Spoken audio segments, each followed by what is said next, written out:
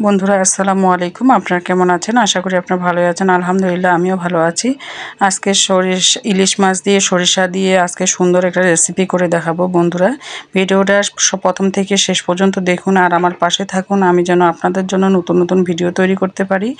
এখানে নিয়েছি পেঁয়াজ কুচি, কাঁচামরিচ কুচি, জিরা, এগুলো আমি সব বেটে নিয়েছি আর সরিষাও বেটে নিয়েছি। আজকে সরিষা বাটা দিয়ে ইলিশ মাছ রান্না করব। আগে আমি মাছের মধ্যে লবণ, হলুদ আর শুকনা মরিচ বাটা দিয়ে সুন্দর করে মেখে রেখে দিব।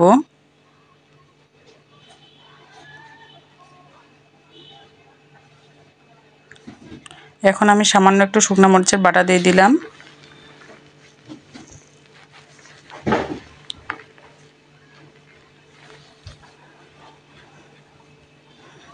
তার মধ্যে একটু সাদা তেল দিব, দিয়ে ভালোভাবে একটু মেখে নিব।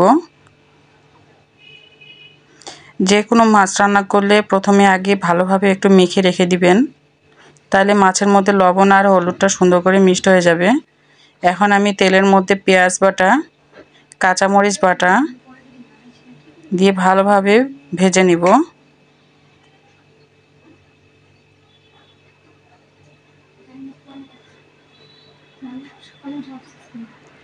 আর এর মধ্যে দিব এখন সামান্য হলুদ গুঁড়া, সামান্য লবণ, কারণ মাছের মধ্যে আমি আগেই লবণ দিয়েছি। এখন ভালোভাবে একটু কষিয়ে নিতে হবে। বন্ধুরা এখন কোনো শুকনা মরিচ বাটা ব্যবহার করব না, আর যেহেতু আগেই আমি দিয়ে দিয়েছি শুকনা মরিচের বাটা, এখন দিচ্ছি সরিষা বাটা।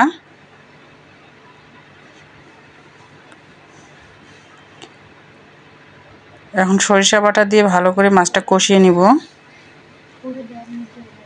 এখন আমি মাছগুলো দিয়ে দিলাম, দিয়ে মাছগুলো এখন ভালোভাবে কষিয়ে নিতে হবে।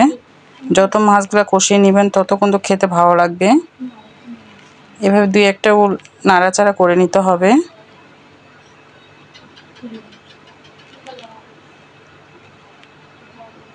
কেউ ভাজে রান্না করে, কেউ এভাবে রান্না করে, যার যেটা ভালো লাগে বন্ধুরা তারা সেভাবেই রান্না করবেন।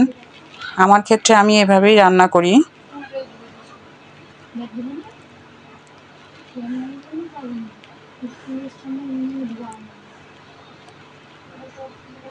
এখন ভাজা হয়ে যাচ্ছে বন্ধুরা, মশলা থেকে তেল বের হয়ে এসেছে। এখন দিব পানি,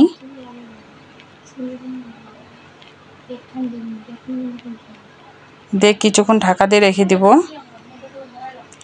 ঢাকা তোলার পরে আবার দিচ্ছে কয়েকটা কাঁচামরিচ। দেখুন বন্ধুরা যে কত সুন্দর পানিটা কমিয়ে আসতেছে আর ঘনত্ব তৈরি হচ্ছে, ঝোলটা একবারে ঘন হয়ে আসবে।